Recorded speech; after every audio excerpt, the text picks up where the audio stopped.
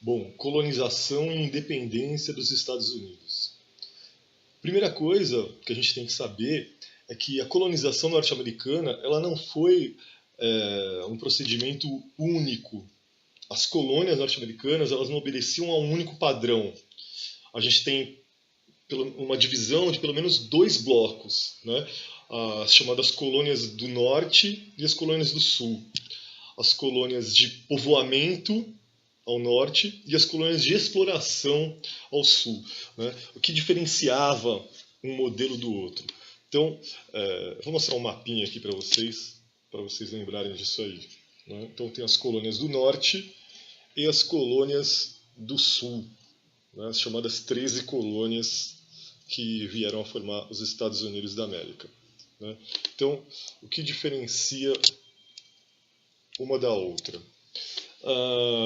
Na região sul, havia uma intensa produção de algodão, né, para abastecer o mercado externo, para abastecer a metrópole, a Inglaterra. Né, a chamada colonização de exploração, a exploração da mão de obra negra escrava africana e a exploração do algodão, principalmente do algodão. Havia, portanto, uma maior dependência da metrópole. A metrópole tinha uma influência e um interesse muito maior sobre a parte sul do que sobre a parte norte. Né? Havia, portanto, um cumprimento à risca do pacto colonial, né, das obrigações coloniais por parte dessa região sul, né, se comparado com a parte norte.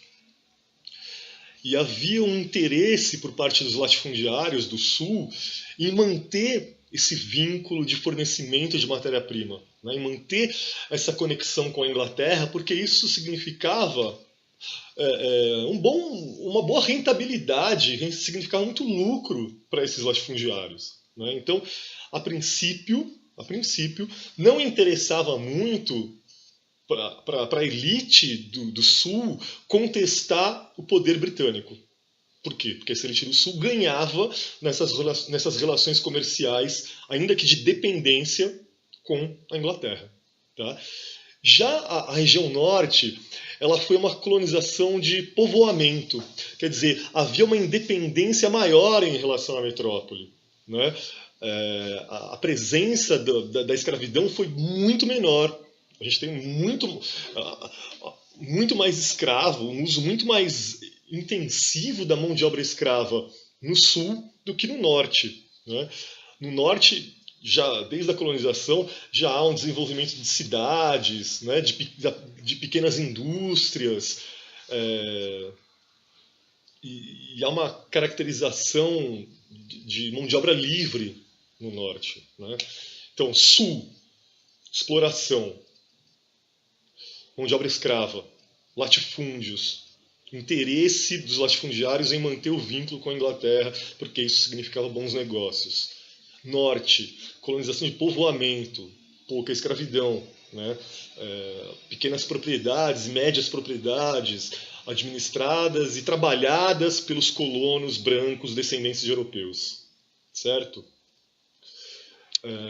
Há uma outra questão econômica ainda, sobretudo econômica, na colonização da América, e para entendê-la a gente tem que dar uma olhada nesse mapinha, que é o mapa do chamado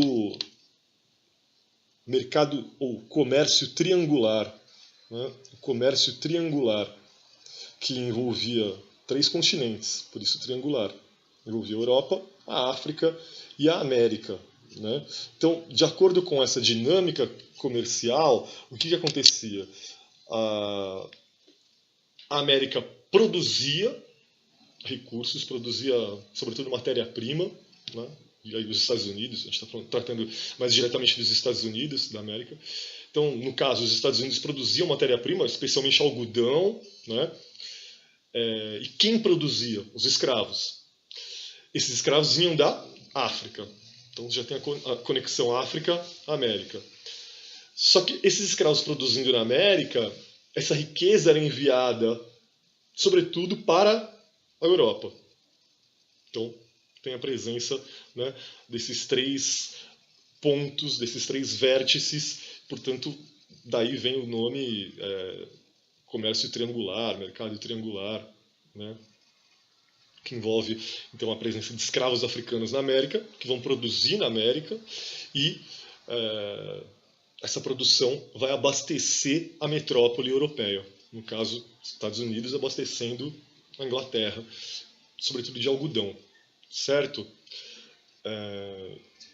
Agora vamos para os fatores que colaboraram para a independência dos Estados Unidos. Aí a gente tem principalmente duas questões, uma teórica e uma prática. A teórica, a base teórica, é o iluminismo. Né? A independência dos Estados Unidos acontece no final do século XVIII, e o século XVIII é o século do iluminismo. E os princípios do iluminismo? Liberdade e igualdade. Aplicando esses princípios do iluminismo, que a princípio diziam respeito aos indivíduos, né? A liberdade do indivíduo, a igualdade dos indivíduos perante a lei, aplicando essa noção de indivíduo numa concepção coletiva, a gente tem o quê? A liberdade da colônia e a igualdade da antiga colônia em relação à metrópole, que é a independência. Né? Essa igualdade antiga colônia com metrópole configura a independência da antiga colônia e a transformação dessa colônia num país livre. Então, são valores que se articulam à liberdade e à igualdade. O fim das relações coloniais. Né?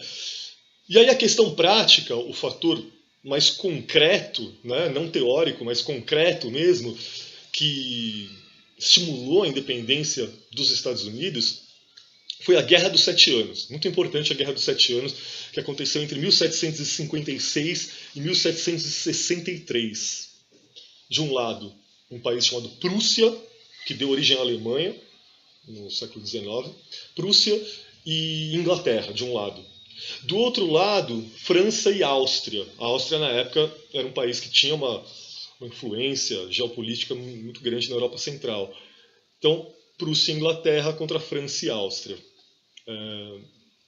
Essa guerra ela acabou trazendo resultados extremamente negativos para a economia inglesa. A Grã-Bretanha saiu quebrada dessa guerra.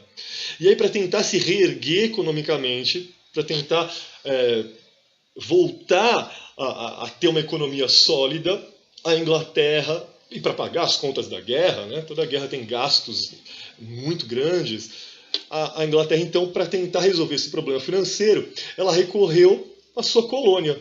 Né? Como? Aumentou os impostos das 13 colônias, das colônias norte-americanas. Né? O que, obviamente, desagradou muito a elite norte-americana, né? A elite das 13 colônias, que não queriam pagar mais impostos, claro. Né? Até porque havia uma ideia entre os colonos na América do Norte que dizia o seguinte: bom, não é justo que a gente pague impostos para a Inglaterra e não se veja representados no parlamento britânico. Né? Então é como se eles dissessem: bom, a gente só vai pagar imposto se a gente for cidadão desse lugar. E a gente não é cidadão desse lugar. A gente está aqui na América e a gente não é cidadão de lá, porque, mano, a gente não pode participar do parlamento britânico, a gente não tem poder de voto, a gente não tem poder de decisão. Né? Então, havia uma contradição na cabeça dos norte-americanos, né, em relação à forma como a Inglaterra administrava, né, a sua colônia. Né? Bom, aí, com o fim da Guerra dos Sete Anos, então, o parlamento inglês ele decidiu criar uma série de impostos e de leis que onerava muito o cidadão não, né? O súdito norte-americano. Né? E isso, como eu disse anteriormente, criou um descontentamento muito grande na América do Norte. Né? Quais foram essas leis, esses impostos? Primeiro, a lei do selo. A lei do selo dizia que os contratos, os jornais, os cartazes, as cartas, as certidões que circulavam na colônia norte-americana deveriam ter um selo inglês. E esse selo não era nada barato. Né? Então, para fazer circular esse tipo de material, tinha que meter ali um selo, e esse selo era caro. Depois veio a lei do açúcar. Os colonos norte-americanos eles não podiam comprar o açúcar de nenhum lugar, a não ser o açúcar das Antilhas inglesas. né? Então era uma forma de protecionismo da Inglaterra, né? Então os colonos norte-americanos só podiam comprar o açúcar das Antilhas Inglesas.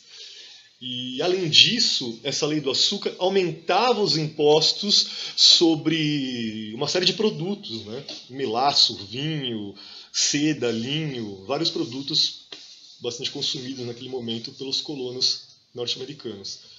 Mais um pouco de insatisfação se acumulando aí. Aí veio a lei do chá. Só seria comercializado nas colônias britânicas na América do Norte, o chá vindo da Inglaterra.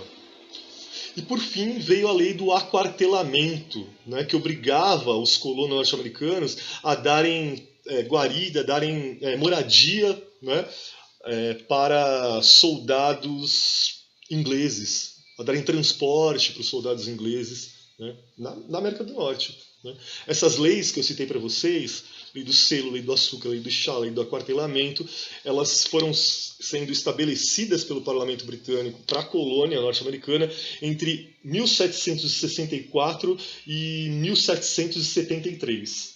Tá?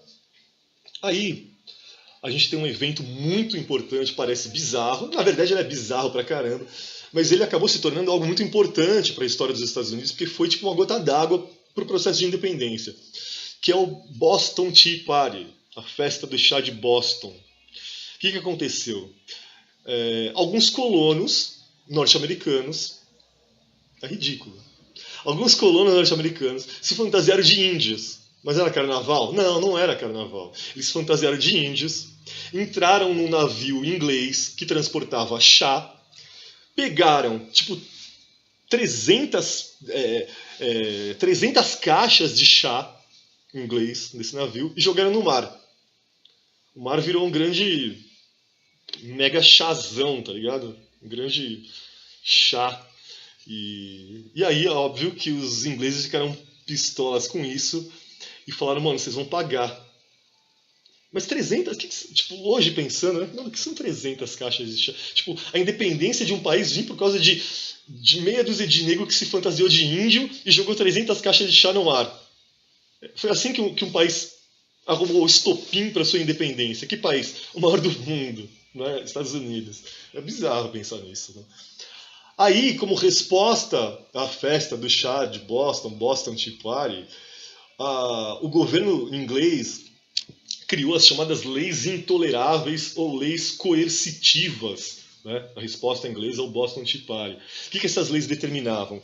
Determinavam o fechamento do porto de Boston, que era um porto importantíssimo para o escoamento de mercadorias norte-americanas, né? Para o comércio norte-americano, até que fossem pagos os prejuízos, né? Aos navios britânicos com aquele chá.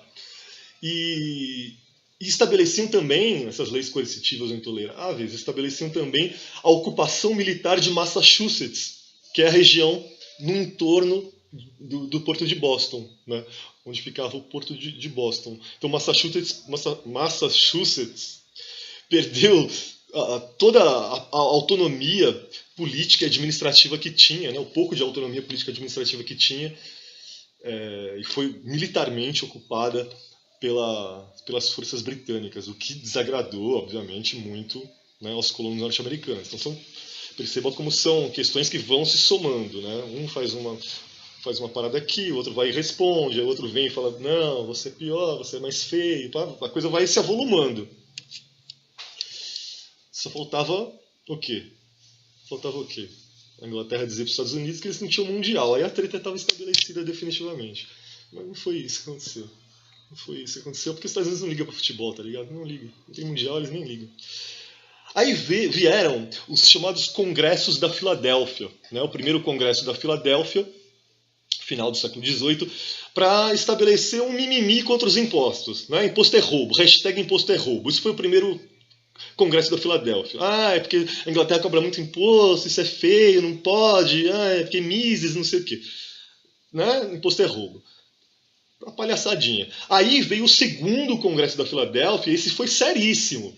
Porque esse segundo Congresso da Filadélfia não foi um mimimi, imposto é roubo. Foi uma parada do tipo, acabou agora. Agora acabou. Nós não vamos, não só, a gente não vai mais pagar imposto, como tipo, vamos dar um pé na bunda da Inglaterra em independência. Se precisar fazer guerra, a gente faz guerra. Então, obviamente, muito mais sério, né? E esse segundo Congresso da Filadélfia, de 1776, ele elaborou uma carta de independência, né, que se baseava nos princípios do iluminismo, que propunha um iluminismo como ideologia organizadora da nação norte-americana, né, como fundamento do projeto de nação dos Estados Unidos dali para sempre. E foi o que aconteceu. Os Estados Unidos, pelo menos no campo teórico, eles perseguem os ideais iluministas ao longo da sua história, sobretudo a partir desse segundo Congresso da Filadélfia. Né? Então essa carta de declaração de independência estabelecia os princípios de liberdade, segurança, felicidade, né? Como princípios para organizar a nação norte-americana, certo? Aí veio a Guerra de Independência, na qual os Estados Unidos contaram com apoio francês. Né? Por quê? Porque a França era uma inimiga da Inglaterra e interessava para a França enfraquecer a Inglaterra. E naquele momento, você tirando uma colônia muito importante da Inglaterra, você estaria enfraquecendo a Inglaterra. Né?